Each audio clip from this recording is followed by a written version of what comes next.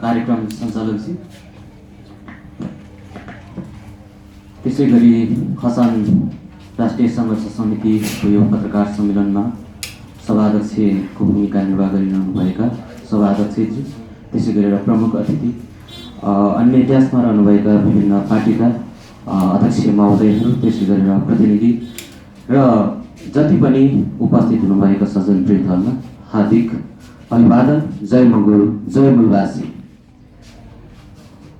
सधैँ बाहुन छेत्रीलाई गाली गर्ने मान्छे आज कसरी यहाँ आइपुग्यो होला भनेर तपाईँहरू छक्क पनि पर्नु होला।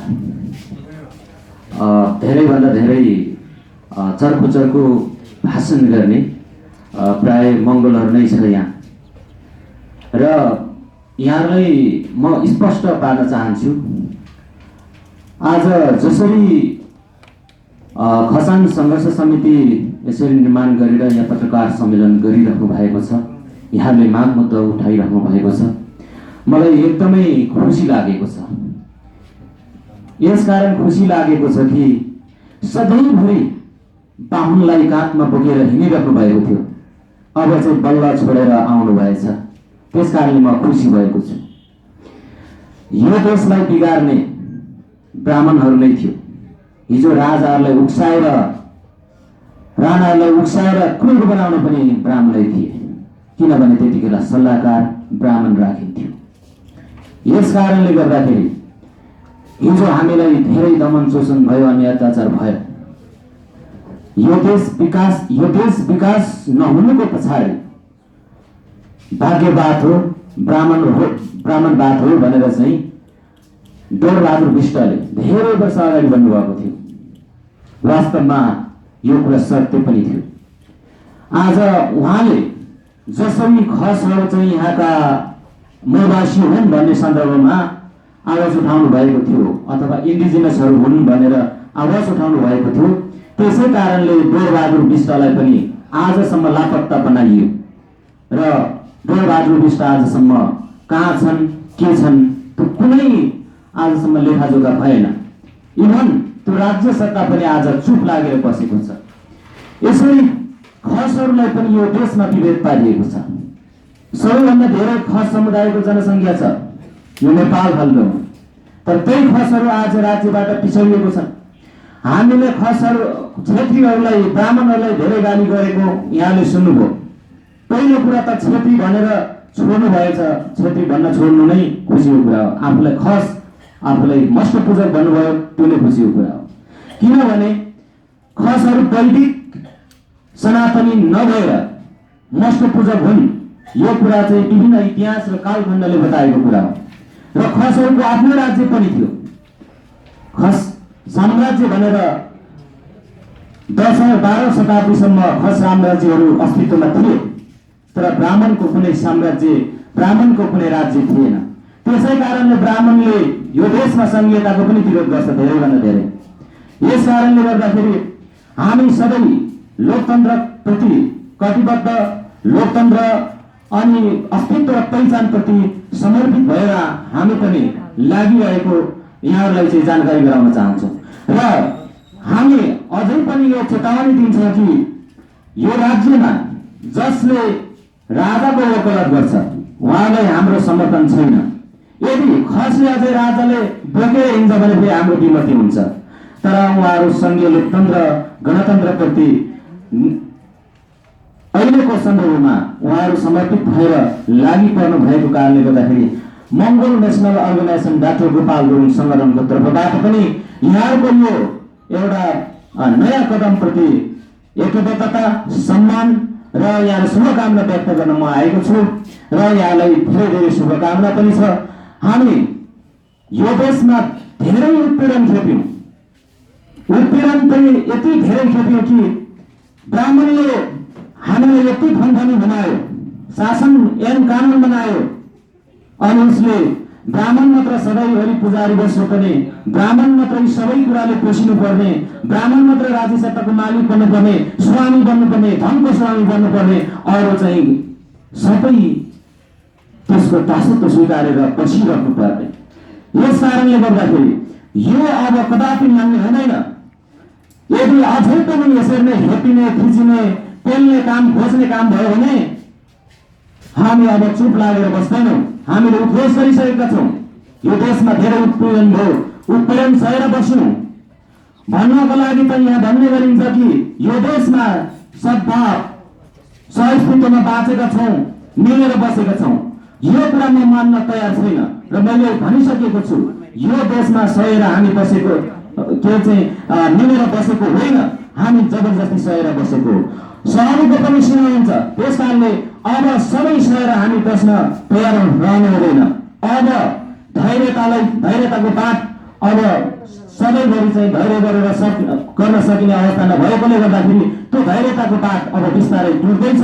त्यस कारणले गर्दाखेरि नेपाल सरकारले पनि चाँडोभन्दा चाँडो जसरी यो खस सङ्घर्ष समितिले उठाएको माग मुद्दाहरूप्रति सम्बोधन गरोस् र हामीले उठाएका हाम्रा माग मुद्दाहरू पनि सम्बोधन गरेको होस् र नेपालको राष्ट्रिय झण्डा हामीले परिवर्तन हुनुपर्छ भनिरहेका छौँ। र हाम्रो एकजना भाइ ज्ञानचन्द्र दोर्जे अहिले पनि जेलमा छन् र चाँडोभन्दा चाँडो नेपाल सरकारलाई म यही मञ्चबाट आग्रह गर्न चाहन्छु, ज्ञानचन्द्र दोर्जेलाई पनि चाँडोभन्दा चाँडो बिना शर्त रिहाई गर्नुपर्छ भनेर म जोरदार माग गर्दै र आगामी दिनहरूमा पनि यसरी नै चाहिँ यहाँहरूको साथमा रहेर अगाडि बढ्न पाइयोस् भनेर चाहिँ म अभिलाषा राख्दै यहाँ बिचबाट म आफ्नो 2 शब्द यहीँ टुङ्ग्याउन चाहन्छु। सम्पूर्णलाई फेरि पनि धेरै धेरै धन्यवाद। जय मङ्गोल, जय मङ्गलवासी। हामी कार्यक्रमको अन्त्यतिर आइसकेका छौँ र यो ड्यासमा यसो मैले एकछिन हेरेँ, मङ्गोल, थारू होइन, मङ्गोल, थारू, लिम्बू, खस, दलित शिल्पी थुप्रै समुदायहरूलाई देखिरहेकी छु र एउटै आवाज बोल्दै हुनुहुन्छ र यो देखिरहँदाखेरि म एकैछिन हाँस्न खोजिरहेको छु र सोच्दैछु नस्लीयवादी एकलवादी जातीयका जुन शासकहरू छन् पक्कै पनि तिनीहरूको धोती अब खोस्किन थालेको होला, धोतीधारीहरू धोती खोस्किन थाल्यो होला। किनभने अब हामी यो राज्यबाट यो देशबाट उत्पीडित भएको समुदायहरू अब एक ढिक्कामा आइसकेका छौँ। यसकारण म अझ पनि भन्न चाहन्छु, अब पक्कै पनि हाम्रा केही नस्लवादीहरूको धोती फुकिसकेको छ र उहाँहरूले उल्टो गिन्ती गुन्न सुरु गरे पनि हुन्छ। कतिसम्म अबको 5 वर्ष त्यसपछिको अवस्था उहाँहरू कहाँ जानुहुने त्योतर्फ चाहिँ सोच्नुपर्छ जस्तो मलाई लाग्छ। किनभने एउटा भनिन्छ नि पापको घर धेरै बढ्यो भने अत्याचार बढी भयो भने त्यसपछि चाहिँ विस्फोट हुन्छ। त्यो विस्फोट हुने अवस्था आइसकेको छ। म सङ्घीय लोकतान्त्रिक राष्ट्रिय मञ्च सम्बन्ध सङ्घीय दलित शिल्पी मञ्चको केन्द्रीय सदस्यको हैसियतले पनि भन्दछौँ, अब अति भइसकेको छ। जुन दलित समुदायलाई 35 वर्षदेखि जुन दमन एउटा मान्छे भन्दा कुकुर भन्दा पनि तल्लो जुन स्थान दिएर अघि हेरिरहनु भएको छ, अब यो समुदाय पनि उठिसकेको छ र यो समुदाय पनि लागिसकेको छ र म चेतावनी पनि दिन चाहन्छु। अत्तो भइरहेछ। हिजोको दिनमा दलित भने हेप्ने र हेपा गर्ने प्रवृत्ति त थियो, अब मान्छे मार्न थालिरहेका छन्। कसको दिनमा दलित समुदायलाई मारिएको छ, दलित समुदायका नानीहरूलाई बलात्कार गर्दै मारिएको छ। यो अत्तो भइरहेको छ। यो विस्फोट जब हुन्छ, जुन नस्लवादी जुन हिजोका दिनमा कम्युनिस्ट भन्ने खोल ओढेका डोरीहरूलाई यहीँबाट भन्न चाहन्छु, हिजोका दिनहरू जहाँ कम्युनिस्टमा त जाँदै हुँदैन भन्ने मान्छे आज आएर दलित मरिरहँदाखेरि किन चुप लागेको छ? तपाईँहरू किन चुप लाग्नु भएको छ? यो प्रश्न तपाईँहरूले हामीलाई जवाब दिनुपर्छ। त्यसकारण अब तपाईँहरूकोसँग जवाब माग्ने बेला हाम्रो पनि आएको छ। त्यसकारण म के भन्न चाहन्छु भने यहाँ देशमा जुन उभिएको देख्न यहाँ बस्न गएको देख्न पाउँछ, मङ्गोलका साथीहरूलाई अझ पनि भन्न चाहन्छु, यदि आफूलाई मङ्गोल भनेर लाग्नुहुन्छ भने आउनुहोस् यहाँ, होइन भने बाहुनका गुलामी गर्नमा जानु छ भने मङ्गोल भन्न छोड्नुहोस्। त्यसै गरी हिन्दू साथीहरूलाई पनि भन्न चाहन्छु, खस साथीहरूलाई पनि भन्न चाहन्छु र उत्पीडित समुदायका साथीहरू दलित समुदायलाई विशेष गरी भन्न चाहन्छु, यदि यो 35 वर्षको दमन जुन छ यसको विकल्प निकाल्ने भने अब एकजुट हुन पर्ने अवस्था आएछ कि यो समुदाय भिड मात्र बनाइराख्ने, गुलाम मात्र बनाइराख्ने, भयङ्कर मात्र बनाइराख्ने कहिले हाम्रो उत्पीडित समुदायको जन चेतना चाहिँ कहिले खुल्ने हो? त्यसकारण म अझ पनि भन्न चाहन्छु, आफूलाई यो जाति र यो समुदाय भनेर लाग्नुहुन्छ बन्नुहुन्छ भने आउनुहोस्, यो समुदायको आफ्नो आवाज र विचारमा साथीहरूसँग हात माग्नु गर्दै जानुहोस्। होइन भने आफूलाई त्यो समुदायको होइन भन्न थाल्दा हुन्छ। किनभने होइन भने तपाईँलाई अहिले पनि त्यही ब्राह्मण जातिहरूले म भन्न चाहन्छु, मैले ब्राह्मण ब्राह्मण भनिरहँदा ब्राह्मणको विरोध चाहिँ पक्कै पनि गर्न सकेको त, तर यहाँ पुरा हुन्छ। किनभने त्यो पुरै व्यक्ति त्यही हो भने त्यसलाई खोज्नै पर्छ, भन्नै पर्छ। त्यसकारण अझ पनि म भन्न चाहन्छु, अब अति भइसकेको छ, गुलामीपन छोड्नुहोस्। सम्पूर्ण आदरणीय मेरा साथीभाइहरूलाई म भन्न चाहन्छु, किनभने मगर पाउँछ बाहुनकै गुलामी गरेका छौँ, थारू भन्छ त्यही बाहुनकै गुलामी गरिरहेका छौँ, दलित शिक्षक भन्छ त्यही लुण्डीको विरोध, दलितको विरोध गर्न लाग्यो भने त्यो तपाईँहरूलाई पढाइएको छ केही लगाइएको छ भने त्यसलाई त्याग्नुहोस् र आफ्नो पहिचान अस्तित्वको लागि लड्न तयार हुनुहोस् भन्न चाहन्छु। अघि हाम्रो एकजना साथीले भन्नुभएको छ यहाँ त मर्ता नै त क्या गर्दा, अब दलित समुदायको अवस्था पनि त्यही आइरहेको छ, जब पटक पटक मारिन थाल्यो। त्यसकारण अब भनेको यो के वर्षपछि यो देशमा जे पनि हुन सक्छ।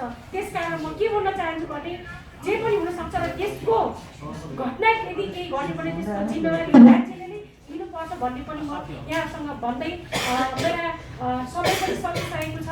त्यसकारण अर्को कुरा भन्न चाहन्छु, हाम्रो खसाङको साथीहरू र हाम्रो सँगै लोकतान्त्रिक राष्ट्रिय मञ्च सम्बन्धसँगै के अरे दलित शिल्पी मञ्च हामी अब फिल्डमा उत्रिसकेका छौँ र अबको लडाइँ भनेको सुदूर पश्चिमबाट सुरु हुँदैछ, जहाँ चाहिँ खसाङ, दलित शिल्पी र हाम्रो थारू साथीहरू तीनवटा समुदाय मिलेर अब हामीहरू एकरूप भइसकेका छौँ।